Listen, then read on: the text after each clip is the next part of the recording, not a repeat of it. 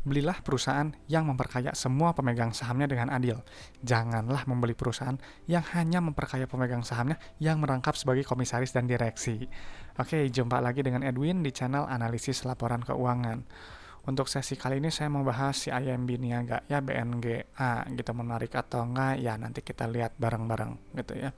Oke, jadi disclaimer dulu ya, materi ini disusun oleh saya sendiri, Edwin, dengan tujuan sharing analisis dari sudut pandang pribadi saya ya. Jadi isi materi ini hanya sifatnya edukasi dan informasi umum, bukan rekomendasi investasi dan bukan dimaksudkan sebagai ajakan buy, hold atau sell saham yang dibahas ya, BNGA. Jadi setiap keputusan investasi itu adalah tanggung jawab masing-masing ya. Jadi do your own research gitu ya teman-teman yang harus analisis sendiri gitu. Nah, jadi untuk mencari perusahaan gitu di bursa efek gitu, saya selalu menggunakan 3 kriteria utama gitu ya. Yang pertama adalah perusahaan yang membagikan dividen setidaknya 3 tahun terakhir gitu. Kenapa sih si perusahaan itu harus bagi dividen gitu? Karena perusahaan yang bagikan dividen adalah perusahaan yang dari bisnisnya itu memang sudah terbukti untung gitu. Jadi keuntungan itu bisa disisihkan dan dinikmati oleh kita pemegang sahamnya gitu. Yang kedua, bahwa perusahaan yang bagi dividen adalah perusahaan yang dia pro kepada pemegang saham gitu ya. Dia ingat sama kita yang ngasih modal ke mereka. Jadi kalau perusahaan yang nggak bagi dividen, hati-hati gitu ya, bisa jadi perusahaan tersebut hanya memperkaya ini nih komisaris dan direksinya aja gitu, segelintir pihak-pihak gitu ya. Kita dapat apa gitu ya. Jadi hati-hati gitu ya, nggak semua perusahaan itu dia menghargai kita pemegang sahamnya. Dan untuk di investasi saham di bursa gitu, kita kan keuntungan itu cuma dapat dua ya, dari capital gain dan juga dari dividen gitu. Jadi kalau memang yang ingin holding period jangka panjang gitu ya, pasti pengen juga lah dapat dividen gitu ya. Jadi makanya carilah perusahaan yang benar-benar yang baik gitu ya kepada kita pemegang sahamnya. Dan yang ini ya berikutnya, perusahaan yang membagikan dividen adalah perusahaan yang punya kondisi bisnisnya yang sehat. Jadi kalau kondisi bisnisnya nggak sehat, rugi melulu gitu ya, utangnya terlalu banyak, arus kasnya seret, nggak akan kepikiran untuk bagi dividen gitu, kecil kemungkinan. Karena apa? Ya untuk sehari-hari operasionalnya aja nggak cukup gitu ya, nggak nutup gitu ya, rugi terus, mau gimana bagi dividen? Gitu ya. Jadi ini semua ya kriteria yang penting gitu. Jadi kalau udah menemukan perusahaan yang tadi ya, yang bisnis sehat, bagi dividen, hati-hati. Kenapa hati-hati? Jangan sampai teman-teman itu membeli di harga yang tinggi gitu, yang di super premium. Jangan, jadi harus dihargai di bawah nilai wajar gitu. Jadi udah bagus nih ya, pastiin dia under value dulu baru dibeli gitu ya. Nah, jadi sebelum berinvestasi ya kita harus menggunakan akal sehat kita gitu ya. Jadi jangan mudah percaya orang, jangan ikut-ikutan, hati-hati dengan berita, rumor gitu ya. Harus waspada gitu ya. Dan juga jangan mudah percaya kepada saya ya, jangan percaya sama saya juga, karena ini sifatnya ya hanya itu opini pribadi saya tentang saham ini gitu. Yang tadi gitu ya, karena disebutkan nilai wajar, jadi yang saya lakukan ini dari 2016 sampai sekarang mengikuti konsep value investing gitu. Jadi ketika beli di harga sahamnya itu di bawah PBV sama dengan 1 ya, intrinsic value-nya gitu. Jadi saya mulai cicil beli gitu di PBV misalnya ya di bawah 1 lah, misalnya 0,85, 0,8 sekian lah. Lalu saya hold gitu ya agak lama gitu. Ketika PBV udah kembali lagi ke 1, baru saya take profit. Jadi kalau misalnya perusahaan memang sangat bagus, saya bisa hold aja lebih lama gitu. Jadi kalau dari tabel ini, saya memang metodenya nggak cari yang multi bagger gitu, tidak mencari yang hidden gem. Itu carinya yang wajar-wajar aja lah gitu ya. Nah, jadi prinsipnya apa? Ya saya dan teman-teman mungkin kalau yang investor jangka panjang harus sabar gitu ya, orientasinya jangka panjang, nggak bisa kita sebulan 2 bulan 3 bulan panen, nggak bisa ya, perlu waktu minimal 1 sampai 3 tahun sepengalaman saya. Dan fokusnya pada value yang terutama gitu. Misalnya kayak saya fokusnya pada book value, ini berubah setiap 3 bulan sekali gitu. Jadi setelah saya fokus di book value, baru saya masuk ke price-nya gitu. Untuk entry price-nya mau beli di PBV berapa gitu. Nah, kalau teman-teman pakai value yang lain, bebas sama aja ya, hitung value mau pakai net asset value, mau pakai DCF, DDM, enterprise value, EV/EBITDA, terserah gitu ya. Yang penting fokus dulu ke value-nya, baru nanti ke price-nya gitu. Kenapa gitu ya? Karena harga saham itu pada akhirnya akan mencerminkan kinerja perusahaan dalam jangka panjang ya, bukan jangka pendek, dalam jangka panjang gitu. Jadi kalau jangka pendek ya nggak heran kalau tiba-tiba harga saham digoreng naik gitu ya, saya nggak peduli gitu, perusahaan yang jelek sekali digoreng naik gitu ya, kan rame tuh banyak orang investor-investor retail gitu ya, spekulan-spekulan pada masuk gitu, terus ketika harganya turun lagi boncos marah-marah di medsos gitu ya, kena jebakan gitu ya, buat apa gitu ya gitu. Jadi memang harus hati-hati gitu. Jadi jangan heran kalau perusahaan-perusahaan itu banyak dihargai yang harganya gocap, yang harganya di bawah 50 mungkin ya, karena ya memang dari kinerja perusahaan jelek gitu ya. Dalam jangka panjang lihat aja lah, ini fakta kok gitu ya. Tapi kalau memang teman-teman fokusnya jangka pendek ya itu beda cerita. Nah jadi gitu ya, saya pakai analisis apa gitu untuk melihat perusahaan, sebagian kecil dari fundamental gitu, yaitu laporan keuangannya aja gitu yang utama, dan sedikit rasio sama tadi ya valuasi saham PBV. Udah itu aja gitu, simple gitu. Jadi wajib sekali gitu paham neracanya, laba ruginya, arus kasnya gitu, karena ketiganya ini nanti akan menjelaskan cerita perusahaan gitu ya, akan bercerita si perusahaan ini bagus nggak, baik nggak, sehat nggak gitu ya. Nanti akan muncul 7 ciri perusahaan sehat. Ini versi saya, versi Edwin gitu ya. Ini semua ciri yang muncul gitu ya kalau memang perusahaan benar-benar sehat, atau kalau teman-teman punya bisnis gitu ya yang profitable, sehat. Ini ciri-cirinya gitu ya, nggak mungkin bertentangan gitu ya. Apa aja?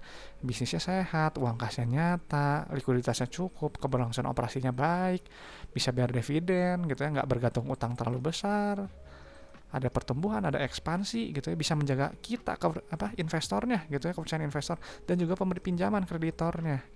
Dan pastinya kita diuntungkan gitu ya, lewat lewat tadi valuasinya. Jadi valuasinya akan cenderung naik gitu ya, dan stabil. Kalau memang ada penurunan dalam, nanti dia akan kembali lagi gitu, selama kita membelinya tidak di harga yang terlalu premium gitu. Logika aja. Jadi di sini semua yang ditulis ini sebenarnya yang saya sharingkan ini nggak ada yang spesial kok gitu ya, hanya ya logika akal sehat aja gitu. Jadi nanti si IMB ini ya nanti akan saya cek ya dengan 7 syarat yang bisa saya gunakan ini ya: dividen, saldo laba, PB, VPR, CFO, CFI, CFF. Cuman yang terutama ini ya PBV nya, karena ini adalah patokan entry price saya. Nah jadi ini video kedua yang dimana saya mencantumkan versi terbarunya untuk Excel gitu. Jadi kan memang data-data laporan keuangan nanti dipindahkan ke Excel gitu kayak gini. Ini teman-teman bisa download gitu ya, linknya ada di deskripsi video ya, passwordnya ALK Edwin. Gratis gitu ya, gratis. Nah oke, gitu ya. Ini karena kita masuk analisis, ini kan BNGA ya, perbankan. Jadi ini mungkin agak sedikit lama, agak sedikit ribet, dan mungkin agak sedikit berbeda cara membaca laporan keuangannya. Ini saya akan gunakan pakai cara saya gitu untuk melihat perusahaan-perusahaan yang perbankan gitu. Nah oke, jadi yang pertama tadi kita cek dividennya. Ini kalau saya lihat sih saya udah dapat datanya ya, BNGA ini 3 tahun terakhir dia bagi dividen ya, bagus gitu. Saya cari yang minimal 3 tahun terakhir bagi dividen, artinya perusahaan yang 3 tahun terakhir bagi dividen adalah sudah stabil gitu, baik arus kasnya dan baik secara profitabilitasnya gitu. Jadi keuntungan nyata bisa dinikmati oleh saya pemegang sahamnya gitu. Jadi ini lolos screening, ditulis aja oke gitu untuk pengingat. Nah pastiin gitu ya sebelum dipindahkan nih satuannya udah bener ya, jutaan.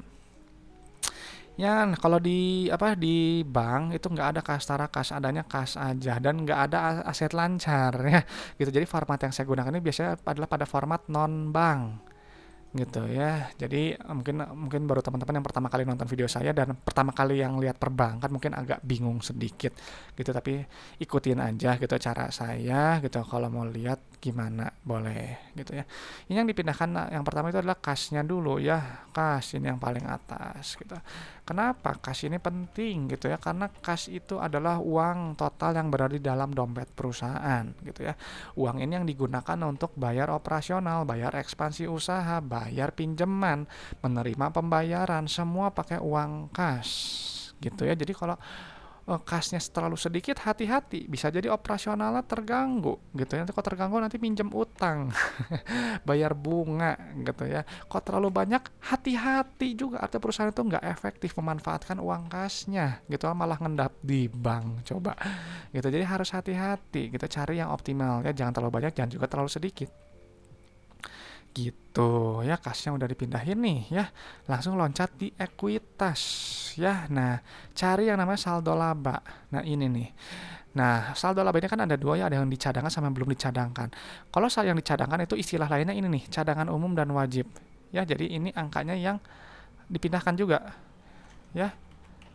Nah, nah kalau yang belum dicatatkan ya ini saldo laba gitu. Nah, oke ya, ini udah dipindahin gitu. Kenapa saldo laba ini pentingnya? Saldo laba ini adalah total akumulasi keuntungan yang telah dihasilkan perusahaan dari pertama kali perusahaan ini berdiri, perusahaan ini pertama kali beroperasi sampai sekarang 2025 Q2, di luar dividen yang dibagiin. Jadi kalau dividen dimasukin, ini angkanya bakal lebih besar. Gitu ya. Jadi BNGA dari pertama kali berdiri, pertama kali beroperasi sampai 2025 Q2 telah menghasilkan total profit 40,5 triliun. Sudah terbukti untung gitu ya. Kalau perusahaan yang nggak pernah untung, dia nggak ada saldo laba, adanya defisit, mengakumulasi kerugian terus menerus. Buat apa membeli perusahaan yang defisit? Hati-hati gitu ya, hati-hati gitu. Kalau saya sih sukanya cari perusahaan yang untung gitu ya, memang sudah terbukti untung. Nggak mau saya kutip gambling ke perusahaan yang awalnya rugi terus tiba-tiba jadi untung. Nggak, saya suka lihat langsung di akhir aja. Oh, dia udah untung, ya udah, saya masuk ke kriteria saya. Jadi kalau masih defisit, ya buat apa? Gitu ya. Kita kan itu kan memasukkan uang gitu, uang kita gitu. Jadi harus hati-hati, nggak gampang. Dan jadi udah dari apa tadi, saldo laba, langsung cek ke ini, ekuitas yang ini. Ya, nilainya dimasukin dulu ya, 53577, ini kelebihan. Nah, ini menarik nih. Menarik kenapa? Lihat nih. Rasio saldo laba terhadap modal awal 3,05. Artinya perusahaan ini BNGA telah menghasilkan total profit 3 kali modal awal di luar dividen. Bisa teman-teman punya modal bisnis ya, awal sekali 1 miliar. Sudah menghasilkan total keuntungan 3 miliar di luar dividen. Bagus nggak? Jelas bagus dong gitu ya. Perusahaannya memang sudah terbukti untung gitu. Kalau perusahaan masih berkembang, ini pasti nilai kurang dari 1 gitu ya. Nih lihat aja nih contohnya, nih kan kayak gini tuh. Modal awal 1,6 tambah 7,1 udah menghasilkan 40 gitu. Ini kan bagus gitu ya. Ini makanya kenapa saya kasih bintang ini, supaya gampang aja ngitungnya gitu. Karena kalau mau ngitung yang presisi ya ini, tambah modal resetor tambahin sama ini gitu, lalu dibandingkan ini. Kalau saya nggak suka gitu, saya carinya ya kayak gini aja gitu, dari total saldo laba berapa, ini aja gitu ya. Makanya saya kasih tanda bintang. Nah, selain itu kita lihat juga PBV-nya ya. PBV ini 0,79, potensi profit 26,6% ya, lumayan juga ya. Oke nih. Itu menarik gitu ya. Jadi ini lumayan juga nih BNGA ya, tapi hati-hati jangan tertipu dengan PBV, bisa jadi value trap. Kita harus cek dulu ya laba ruginya.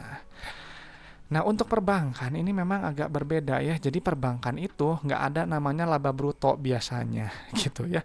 Tapi istilah lainnya itu ini pendapatan bunga dan syariah bersih, kalau ada unit syariahnya.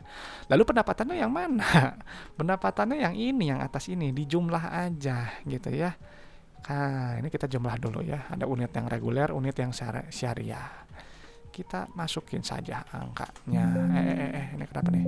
Oh, ada ini ya. Oh, sebentar. 919, 294. Oke, udah benar ya. Pencet tadi. Oke ya, nah ini di plus 283479. Oke, nah ini perusahaan ini revenue-nya bertumbuh ya. Artinya perusahaan ini bagusnya barang dan jasanya gitu ya, diminati oleh customer. Perusahaan ini bertumbuh. Yuk carilah revenue. Perusahaan itu yang revenue bertumbuh. Ya, oh iya, kalau misalnya di perbankan nggak ada namanya revenue, total sales atau apa, net sales, nggak ada. Adanya ini interest income, ya syariah income. Cuman kalau saya ya udah gabungin aja lah gitu ya. Memang paling mudah itu kita melihat laporan keuangan itu kalau formatnya yang non bank gitu. Cuman ini saya ajarin gitu ya, caranya gimana membaca supaya apa, mengubah si yang formatnya yang perbankan jadi yang perusahaan reguler aja, yang non bank. Nah, jadi jangan lupa ya tadi udah ini kan, jadi si pendapatan ini ya dikurangi harga modal beban ya. Nah, ini nih, ini adalah laba kotor ya, dipindahin dulu. gitu ya. Nah, ini bagus tuh ya, margin laba kotor 50% gitu ya. Selalu saya bilang di pembahasan-pembahasan di perbankan, kalau bisnis bank itu memang GPM-nya tinggi sekali gitu ya, profitable sekali gitu. Maknyos memang ya gitu. Jadi semakin besar GPM, semakin besar untuk net profitnya gitu ya. Artinya kalau yang non bank itu istilahnya semakin besar GPM, semakin perusahaan itu punya nilai kompetitif produknya, dan juga bisa menjual harga barang di atas jauh nilai harga modalnya gitu ya. Misalnya modal 10.000 dijual 100.000, kan bisa gitu, banyak orang beli. Oh, itu bagus tuh, GPM-nya tinggi gitu. Tapi kalau marginnya tipis, mau gimana untung? Karena nanti kan si laba bruto ini ya gitu, nanti dikurangin beban lain-lain tuh, bayar apalah ini nih, bayar operasional, bayar bla bla bla, bayar bla bla bla bla bla bla, baru nanti bayar pajak, baru nanti keluar angka final laba bersih gitu. Ini fokusnya di berita biasanya ya, fokus analis. Nilainya bukan yang ini ya, ini karena digabung dengan KNP, jadi cari di halaman berikutnya. Nah, yang ini tuh laba bersih yang diatribusikan. Nah, yang ini nilainya ya, kita pindahin saja. Udah nih, langsung keluar ROI-nya berapa, net profit-nya berapa. Tuh, lihat ya, makin besar laba GPM-nya, makin besar NPM-nya. Nah, sekarang bayang kalau GPM sendiri cuma 10%, pasti boncos, rugi, net profitnya negatif gitu ya. Nah, makanya penting sekali cari yang GPM-nya tinggi gitu. Emang perbankan memang mantep banget sih.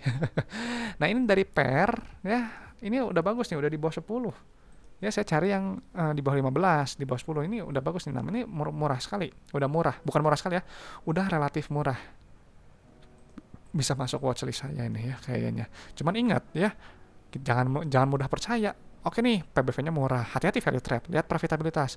Oke nih, PR-nya murah, hati-hati, validasi lu di laporan arus kas. Ini adalah laporan yang sering dilupakan oleh analis gitu ya. Dan laporan arus kas ini kalau pada perbankan agak berbeda sedikit ya, agak sulit gitu ya. Ini jadi gini, ada yang namanya penerimaan kas gitu ya. Jadi gampangnya gitu nih ya, bank gitu ya udah mendapatkan total bunga gitu, keuntungan bunga 12,3 juta. Nah, tapi benar nggak yang diterimanya segitu, 12,3 juta? Nah, kita lihat di nilai yang paling atas nih, receipts-nya. Nah, ternyata ini bagus nih, angkanya tinggi. Ya, kita pindahin dulu nih. Lihat, rasionya 111% gitu. Jadi analoginya gini, teman-teman menjual barang 100 juta ya, tapi terima uangnya 111 juta. Bagus nggak? Bagus gitu ya. Jadi kan customer-nya udah bayar utuh, dan teman-teman dapat ekstra gitu ya, dapat kas lebih dari mungkin dari piutang customer lain gitu. Jadi cari yang rasionya ini mendekati 100% gitu ya. Artinya dia perusahaan itu punya manajemen uang kasnya yang bagus, bisa menagih piutang. Sederhananya seperti itu. Jangan yang jomplang misalnya di bawah 90%, misalnya 50%. Kalau 50%, logikanya ya gini, Anda jual barang tadi 100 juta, customer-nya cuma bayar 50 juta. Sisanya kemana? Ya nanti harus Anda tagih gitu ya. Kalau piutang itu nggak tertagih, lama-lama jadi rugi gitu ya. Kan ingat ya, ini kan uang tadi diterima, itu untuk bayar ini tuh, bayar operasional, bayar bla bla bla bla bla bla bla bla bla gitu ya. Nanti dapat yang namanya net CFO gitu. Net CFO itu bukan yang ini untuk di perbankan, tapi yang ini ya, yang arus kas sebelum perubahan dalam aset dan liabilitas operasi. Ini adalah net CFO bank gitu ya. Jadi hati-hati kalau nggak ada ini ya, teman-teman harus jumlahin ini semua gitu, kayak yang di sebelumnya NISP ya kalau nggak salah gitu. Jadi harus dijumlahin manual gitu. Pokoknya ingat aja patokan ini, arus kas sebelum liabilitas perubahan dalam aset dan liabilitas operasi, ini itu net CFO-nya gitu ya. Ini kita pindahin dulu. Dan ini nilainya positif ya, bagus meskipun ada penurunan ya. Ada perusahaan ini dalam bisnis yang menghasilkan uang tunai yang nyata gitu, dan nanti uang tunainya ini nanti digunakan untuk ekspansi usaha yang diinvestasi tuh ya kan. Jadi tuh kayak ini pembelian tuh nilainya negatif, kalau penjualan efek-efek ya ini nilainya positif. Tuh, pembelian aset tetap nilainya negatif. Nah, cari itu perusahaan tuh yang nilainya negatif kayak gini nih, lebih bagus. Kalau plus ya belum tentu buruk juga gitu ya. Cuman saya lebih prefer yang nilainya negatif gitu. Tapi ini not bad juga sih, nggak terlalu buruk ya. Kenapa ini penjualan efek-efek. Nah, jadi gitu, setelah untuk ekspansi usaha gitu ya, perusahaan juga bayar pinjaman ya di aktivitas pendanaan. Nah, untuk yang ini nilainya harusnya negatif. Nah, ini bagus tuh. Tuh pembayaran dari pinjaman yang diterima lebih besar ya. Kalau penambahan atas pinjaman ya nilainya plus. Jadi cari yang negatif. Gitu ini bagus. Gitu ya. Ada perusahaan ini akan melunasi pinjaman gitu. Kalau melunasi pinjaman kan berarti bunganya jadi kecil ya. Nah, cuman ini polanya unik ya. Gini. Jadi kalau udah terima uang kas nih ya, CFO-nya positif, CFI-nya ini positif ya, tapi CFO ini minusnya besar. Gitu. Jadi bisa diinterpretasikan kalau perusahaan BNGA gitu ya, dia untuk membayar pinjaman itu perlu mencairkan tadi investasinya dan juga menutup dari operasinya gitu ya. Nah, sebenarnya ini nggak terlalu buruk sih menurut saya, cuman oke lah gitu ya, cuman akan lebih bagus kalau CFI ini negatif. Ada kan uangnya itu udah ada positif gitu ya, CFF nggak kan, tadi CFO-nya positif, CFI nya negatif, CFF-nya negatif. Artinya kan perusahaan itu ada uang tunai dari hasil operasi gitu buat ekspansi, buat bayar pinjaman, masih ada sisa plus gitu. Kalau yang ini nggak ada sisa ya, cuman nggak apa-apa karena ini kan perbankan gitu. Kalau perbankan memang agak rumit untuk melihat ini si laporan arus kasnya, cuman yang penting konsepnya ngerti gitu ya, konsepnya ngerti. Oke. Nah, jadi ini untuk BNGA gimana menurut saya gitu ya. Menurut saya ini menarik ya karena dia rajin bayar dividen ya. Artinya perusahaan ini terbukti untung. Saldo labanya positif juga ya, udah menghasilkan 3 kali modal profitnya. Dan secara dari PBV juga murah ya, potensi profit 26% gitu. Profitable, iya profitable ya, PR-nya di bawah 10 gitu. Cuman mungkin dari arus kas gitu ya, ini oke sebenarnya bagus ya, CFO-nya positif gitu. Cuman mungkin dari investasi sama pendanaan ini mungkin apa ya, mungkin lagi kondisinya mungkin di periode ini mungkin lagi kurang stabil kayaknya. Cuman nggak masalah, masih menurut saya ini masih bagus gitu ya. Jadi ini jangan terlalu apa ya, di percaya banget, kita harus dianalisis lebih lanjut gitu. Buat saya BNKA oke kok, ini kayaknya masuk watchlist saya gitu ya. Nah, jadi untuk teman-teman gimana nih? BNGA menarik nggak? Ya coba kasih pendapat teman-teman di kolom komentar ya. Nah, terus sama kalau teman-teman ada request saham yang mau dibahas atau ada pertanyaan seputar investasi saham, boleh gitu ya, boleh tulis aja di kolom komentar, nanti saya respon gitu. Oke teman-teman, gitu itu sekian analisis dari saya gitu ya, mudah-mudahan bermanfaat gitu ya, semoga bermanfaat dan mudah-mudahan juga dapat memperkaya apa pandangan teman-teman dalam menilai suatu perusahaan seperti itu. Oke teman-teman, saya Edwin dari analisis laporan keuangan. Sampai jumpa di video-video berikutnya.